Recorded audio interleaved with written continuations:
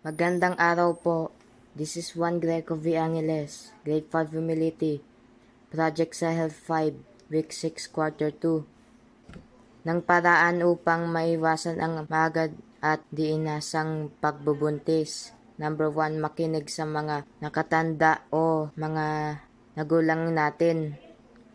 Number 2, pumili tayo ng mga kaibigan na sasamahan, umiwas tayo ng barkada na bad influence, ang mga ginagawa tulad ng pag-inom ng alak, sugal at droga.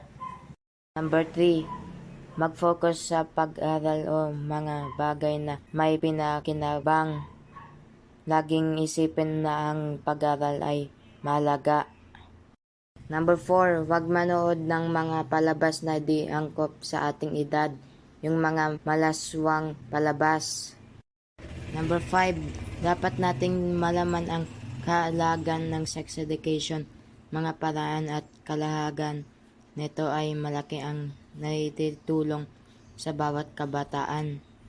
Number 6, lagi natin tandaan na ang dapat natin piliin ay ang tama, ang pag-iwas sa mga bagay na di tayo handa sa mga mangyayari. Laging sunduin ang gabay na ang guro at magulang.